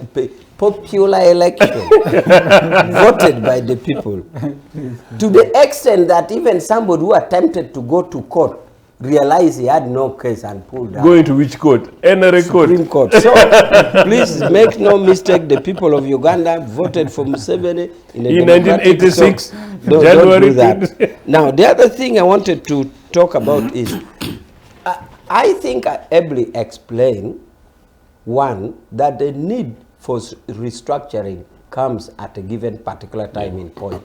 I have alluded the example of our voting age being 18. I have said one time Uganda will wake up and say, no, 16 years, the consciousness of the youth is good enough. Please reduce it to 18. Even 50 years later, they could even put it back to 15. Or say, no, we have found our youth are ignorant. We pull it to 20. In other words, the only thing that doesn't change is change. Change is the only constant. And therefore, the Britons would, at this time, there's need for a change. That will be change. The only question I wish you had asked me, I'm now setting my own question and answering, is what do you think is the weaknesses that may pull back NAM from doing this? Part of the weaknesses the beneficiary status quo using their influence on us. They took us out one by one. For example, they took out Kenya and you leave East Africa. They picked this country. There was a scenario we had in New York. I've been elected by General Assembly for 2 terms, 193 countries voting. So during the campaign, we discovered a situation where some powerful countries call African ambassadors one by one, and they host you in a dinner alone. So when they host you in a dinner, they tell you, you are the best African ambassador we have. You are the one we trust in New York. That one, they have pulled that of Uganda. Then the next day, they pull Kenya. You are the best African ambassador. Then they pull Botswana. So time came when these guys realized that each and every one had been pulled one by one for the same dinner and promised the same thing. Can you imagine how much that would weaken? So we realized that a certain ambassador was trying to look very popular. So when they moved closer, he disclosed that he was taken to a dinner where they said he was the only trusted one. Then the other one burst and said, which dinner? Even me, I was taken. So eventually it came to be known to all the ambassadors that each and every one is taken. So the weakness that could fail NAM from moving is the status quo beneficiary countries talking out us one by one and breaking the alliance. Not only talking you out, but even promising you economic benefits. We are going for a meeting of IMF World Bank. We understand this agenda is there. If you support this position, we shall not give you this. Or if you support this position, we give you this.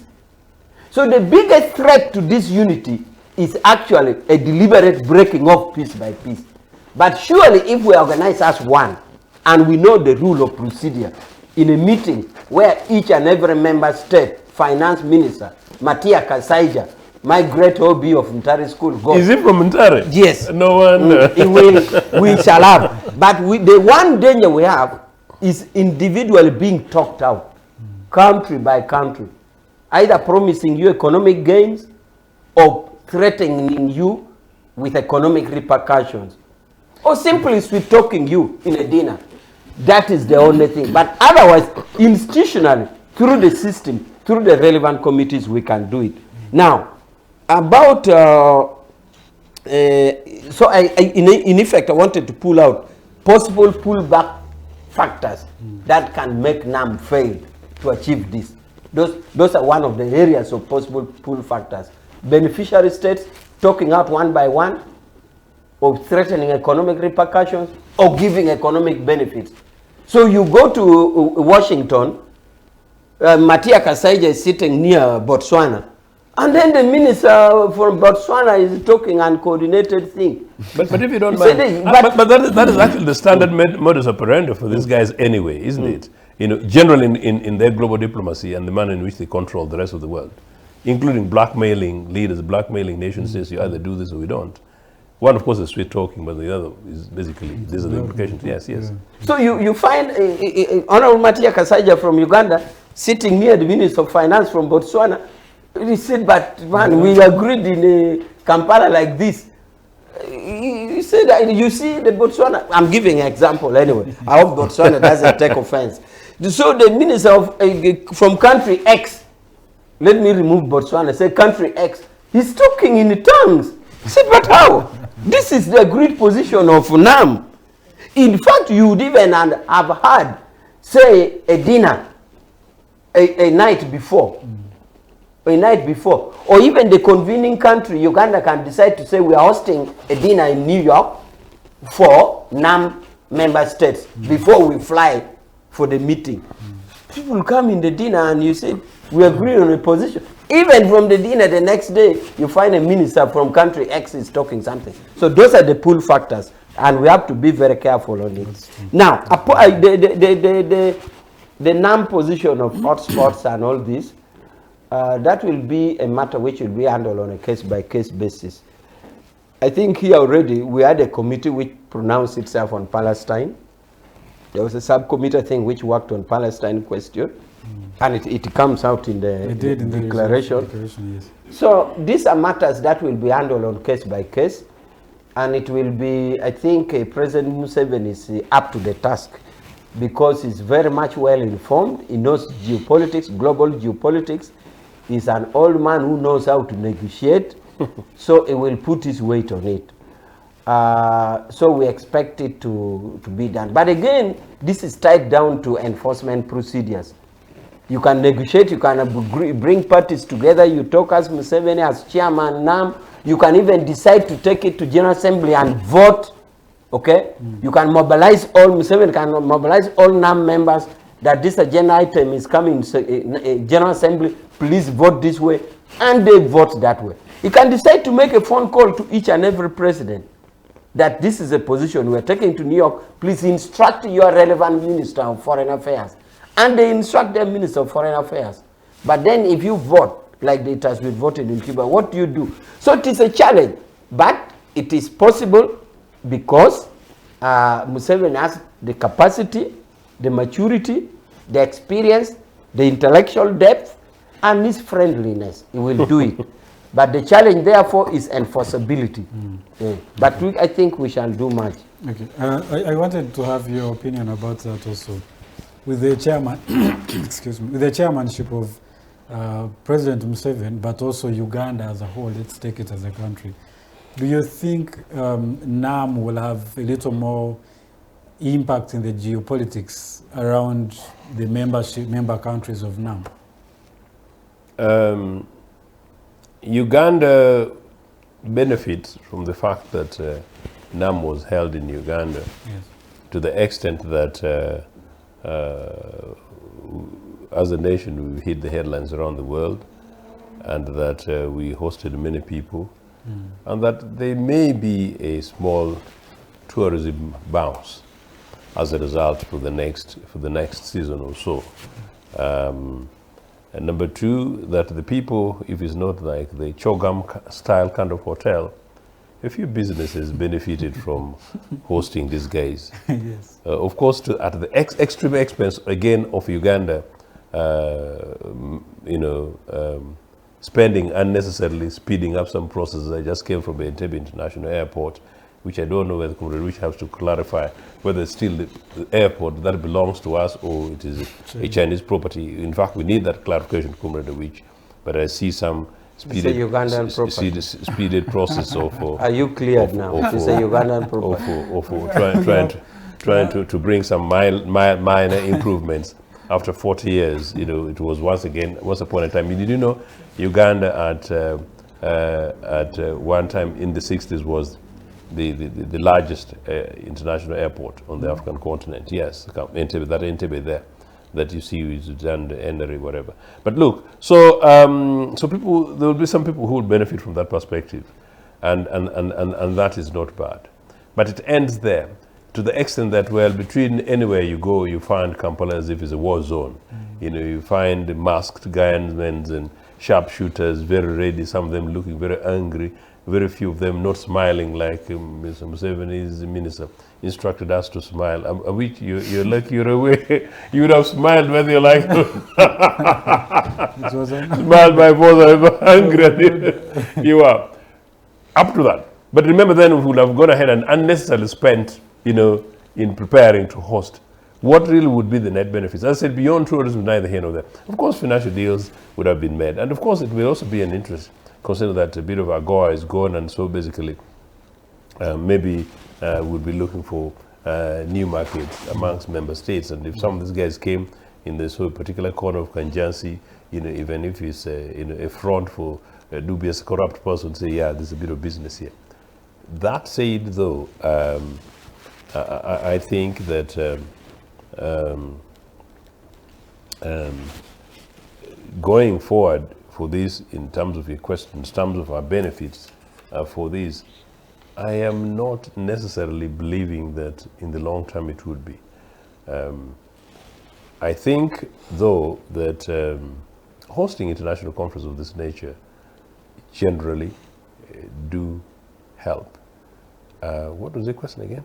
Can I answer while he's thinking? No. I want to answer your question. No, brother. The question the question There was was- whether Uganda will have influence over geopolitics. yeah, of the member countries. No wonder I had forgotten that. Community, I think you're very lucky to forget that. I was dealing with that one first. That having been said, Mr. Museveni is actually the worst persuader of the world, because for most of his time, he has been an official poodle of Anglo-America.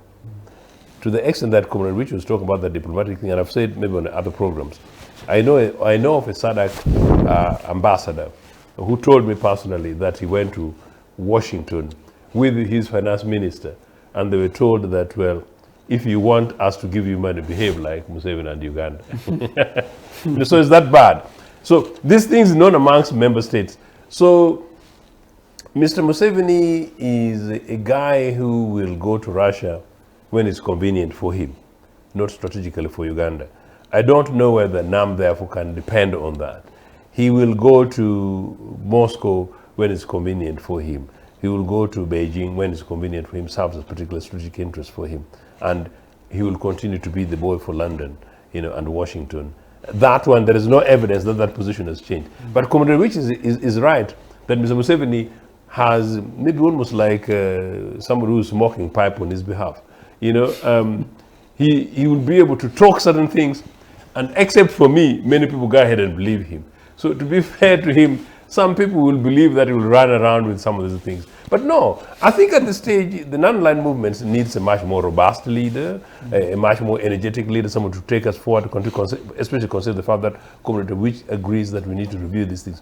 We need an energetic leader, not a man like Mr. Museveni who still has to struggle for his word. Can you even imagine, even me, I had forgotten the early part of the question, but that man beats me by 30 years in age. So the guy is quite old. He's been around again and again and again and again. And there is nothing Mr. Museveni can do for non-aligned movement today, that he did not have opportunity to do it for the last 38 years, to be quite seriously. So I think is an absolutely wrong face of this movement. But this movement ought to change because, as I said, I'm a complete believer in the reform of the UN agency, international order, and I'm a complete believer that the timing really for a reform of global institutional systems with the evidence that the Bretton Woods institutions have failed, and so therefore the reform and revisit of a neoliberal agenda as a failed system, particularly for the developing nations, is now. NAM in the current form cannot do it, and certainly not NAM with Museveni, who is somebody who has lacked the credibility in Uganda, a question last elections, and has just established a new electoral commission, basically full of nothing but NRA cadres. So you look at Museveni's electoral commission today, and you ask, what took this man to the bush in 1981? I want to answer the same question, Yes. whether or not Uganda as a country or Museveni as a person And what different maybe we will do from the previous that now gives us. will influence. Yes. I believe that with NAM, Uganda can do a lot in the geopolitics. First of all, I'm not talking about President Museveni per se, I'm talking of Uganda. It means, therefore, even a meeting of foreign affairs of NAM members will be chaired by Uganda Minister of Foreign Affairs. Yes. That itself is influence. Even if there were commissioners on environmental matters of non-aligned members, it will be chaired by the Commissioner of Environment from Uganda. Anything that will touch about non-aligned, even if it is a committee of ministers of non-aligned, it is chaired by Uganda. That alone tells you the influence Uganda will have in geopolitics. Two is that you're going to have a lot of what we call shuttle diplomacy.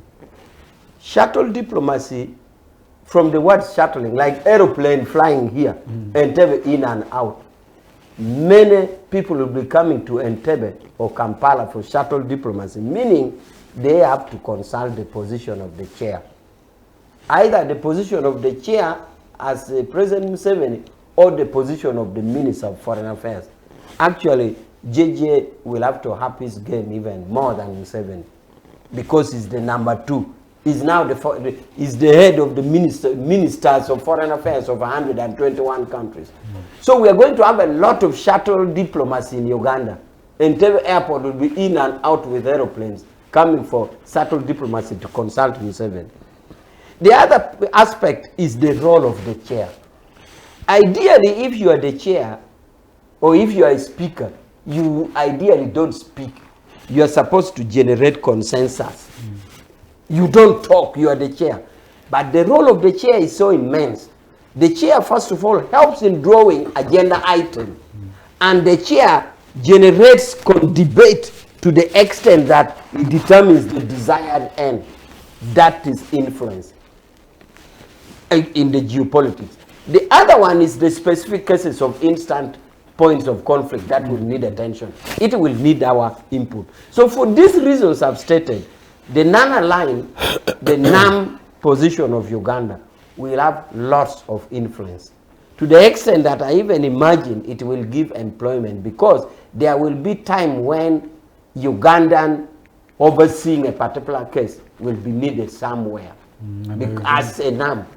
So we shall have a need. Ugandan expert will have to. Yeah, because you need Uganda to be there. Whether it is environmental, you need a Uganda. Well, as long as it is non-aligned. So, for these reasons, I believe these years, Uganda as a country and Museveni as a leader will have a lot of influence. Take a notebook and write the number of shuttles which will land here. And you'll see the shuttle diplomacy that will be coming. So Jennifer Bemturaki must be very busy at Entebbe. And she's done well so far. But as we go, since time is going to run out, I don't know if the last issue we should push it to another week, so we can address it, give it the due attention it deserves.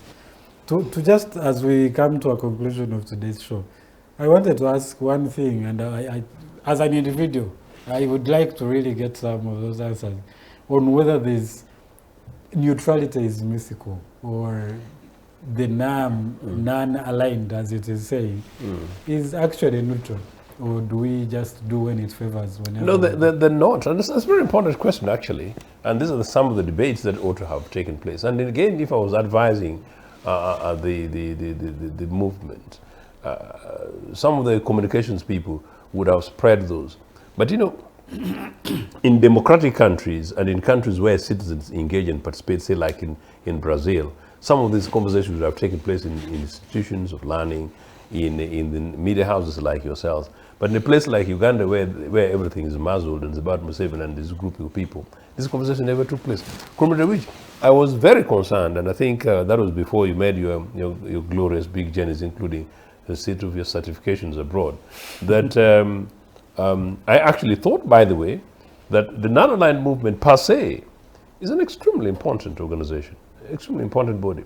So as I said, for Uganda hosting it, ideally should be a very, very important thing. And that's why I said, yes, the net benefit is real. Minus, as I said, hooded men, you know, controlling our streets. Instead, possibly, I hope they don't chase away Karamoja children because they don't have anywhere to go. Their bodies have been stolen by any guys. You know, so I think that today I'm losing myself because I'm a very tired man. I've been traveling for the last 2-3 days. But on just the issue of that alignment and neutrality. Ideally, to what extent can you be neutral? Precisely. I think both of us agree that the issue was not necessarily about either or. The issue is that basically, if we hold a position as a movement that we don't want to be influenced, in this case, by a position taken by NATO, we don't want to be influenced by a position taken by Warsaw Pact, but also possibly we don't want to be held hostage by a position taken by Washington, meaning, you know, beyond the military alliances, basically it's broadly political, and that these are the things that we're addressing as a common agenda, as a movement. Being able to stick to this. Sticking to that must mean you saying no to America and you saying no to Russia. But sticking to that must also mean that, well, in the event that you believe that you bought an equipment which is an old equipment that could not tow the roads for reconstruction or for sorting out potholes in the industrial area, But then you find that actually an effective one is in Washington. You go and buy, you know, from wherever.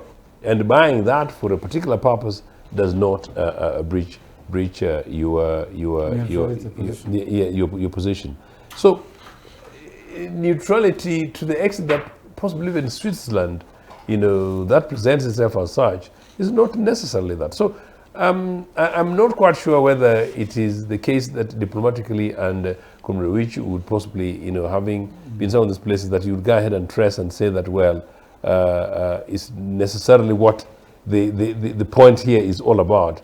That, well, and in any case, actually, neutrality, just like neutrality in Ugandan politics, and by the particularly young Ugandans who said, when you talk about politics and talk about potholes, me, I'm neutral, me, I'm not into those politics. No, you are liars. No, that is not being neutral. You can't be neutral in the space of crisis. You can't be neutral in the space of injustice. You can't be neutral in the space of global warming. You can't be neutral in the space of the massacres that are taking place in Israel and Palestine. You can't be neutral on the question of apartheid. You can't be neutral on the position of genocide in northern Uganda. You can't be neutral on the position of the atrocities that took place in Iraq.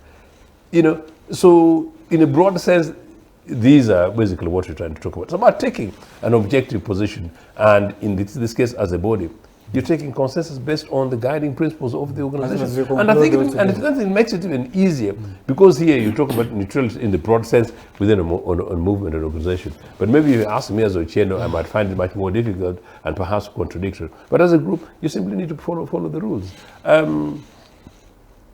I think it is actually easier now with the global consensus that the UN agency is skewed. The questions of composition of the Security Council and the membership, the question of the track record of the Security permanent members and how they behaved in terms of their veto powers or not. And then the question, as I said, of the Bretton Woods institution, meaning the neoliberal agenda, where people are beginning to revisit this thing, that these days we even have Fanny Bazungu in Ministry of Finance, Fanny Bazungu in particular ministries, and when you go through them, some of their CVs don't beat yours. And they say, what are these guys basically doing in Kampala, kind of stuff. This time for us to be able to, but to reach a stage that in which today, you know, there are more private hospitals. One of them is even God's Mercy Hospital, Uganda Limited, in the streets of Kampala, and they're all private kind of thing, and they're chasing for agenda. You know, so neoliberal agenda has failed. This is the time for us to begin to revisit the debates around when and how and why the Nanaland movement was founded. It's much more relevant today than at the time when these things were founded. Okay, thank you so much, sir. And as you conclude, it can fall either way. It can fall either. It's like the long debate we have always had, whether the three arms of government are separate: the parliament, the courts, the executive. Where parliament, you say it is independent, but it's a central government giving salary, and then you know, the debate continues. But I think in the sense of the military blocs, where non-aligned members are saying we don't want to be in your war, you can have neutrality. Remember one time, you know, the basis of this is that we fought the war for the British in Second World War, which was not our war. Yes. My father, Ukwi, went for King's African Rifle, but not the King of Uganda, the King of and he fought in Burma. The king of... So that is the situation non-aligned members were saying, if you choose to fight your war, we are not going to put boots on the ground for you. So to that extent, you can have neutrality, not a myth. But now people seem to say, because you continue to trade with either party, then you are not neutral. It's not about trading. I can buy helicopters from the Soviet Union, I can buy whatever from Italy, Augusta helicopter from Italy, but that is not to say I'm not neutral. But if it is in the bloc alliance, it is neutral. Now, I go also like a question of Palestine, where you have one power like America is involved, and you come up with a statement putting your position. Somebody would interpret that you are now not neutral. You are against America. No. But in neutrality, if you take it from the... If you start your war we are not going to put boots on the ground on either side. Or if you a member, you have signed military protection pact with one, don't come here. You can have neutrality. And to the extent... Conclude. Yeah, and it's Please conclude. No, my conclusion is that international organizations will continue to have challenge, especially in areas of enforcement, but states are continuously adopting to systems of how to govern it. So we are lucky that Uganda has had the chair for these two very important bodies in the world, and we are gifted for that. And thanks to the peace ushered in by NRM and the capability of Museveni, that is why the world gave us. Otherwise, to wait for 3 years for 121 countries, that would be 360 years. If it was to come automatically, you had to wait for every turn. It would have come after 360 years and we would not be there. So it is the good achievement that the committee chose Uganda to chair. The military piece, the military piece of NR, and if I may then conclude in 1 minute, and you ask me to conclude in 1 minute, you know, on the question of neutrality. Uganda under Museveni, Mr. Museveni effectively put Ugandan boots on behalf of Anglo-America, or by extension, therefore, NATO alliance in Somalia. So that's why I told you that Uganda is, Museveni is actually the worst chairperson for the NATO alliance. And it's not unknown that Mr. Museveni has run these things for many of these guys in the sub-region. That's why he's officially the Nyampala of Anglo-America, officially the Nyampala of NATO alliance, and he cannot be the neutral person. Okay. In this organization, you just have to look for somebody to chair these things anyway. So Uganda is chairing it. So we thank the world for giving us these other things, but it's not about a Museveni thing. Museveni is an imperative because it's there. But to talk about peace, and we see these military guys surrounding Kampala as if some chasing chicken thieves, my neither here nor there. I think that is why we go to that question of when does Museveni act as a chairman of NAM, and when does he act as a sovereign leader? One of the most embarrassing things to have happened in this country. But anyway, thankfully, it's the Uganda flag. But if it was Museveni, I would still be fasting until tomorrow. Thank you so much. Thank you, Mr. Ochieno Joseph. Thank you so much, Major retired Awich Pollar. Both of you for sparing time, of course, to come and join this conversation. You have other things you could have spent your time doing, but here you are talking to us, and we do appreciate, we don't take it for granted. And ladies and gentlemen who are on the other side of that camera, the reason why we come here, and we want to learn one or two things, what is of the issues that are happening in the community, how better do we go about them. We need to make the future better, so we cannot just stand and watch. We can't be bystanders, we have to be active in this process. So thank you so much for being a part of that. I want to thank Lillian for being on camera and making sure that you have all of these shots that you got. And the gentleman Jeremiah Mchivi in control room, making sure that you get all of the information in the full measure. They are doing a very fantastic job. My name is Roger Stoyabwe, and today is the Hotline Show. Have a good night.